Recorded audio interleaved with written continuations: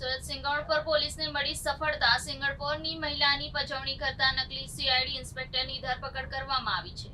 ગુજરાતમાં નકલી ઓફિસરોની ભરમાર થઈ હોવાનું સામે આવ્યું છે। થોડા સમય પહેલા સુરતમાંથી નકલી આઈપીએસ અધિકારી ઝડપાયો હતો, જ્યારે અત્યારે સુરતમાંથી જ નકલી સીઆઈડી ઇન્સ્પેક્ટર ઝડપાયો છે।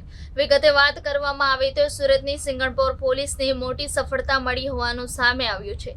નોંધનીય છે કે સિંગણપોરની મહિલાની પજવણી કરતા નકલી સીઆઈડી ઇન્સ્પેક્ટરને પકડ્યો છે, જેની સામે અત્યારે કાર્યવાહી હાથ ધરવામાં આવી છે। વધારે વિગતવાર કરવામાં આવે તો પાટણ ખાતે પોલીસે નકલી સીઆઈડી અધિકારી બની ફરતા તરુણ ભટ્ટને ઝડપી પાડ્યો છે।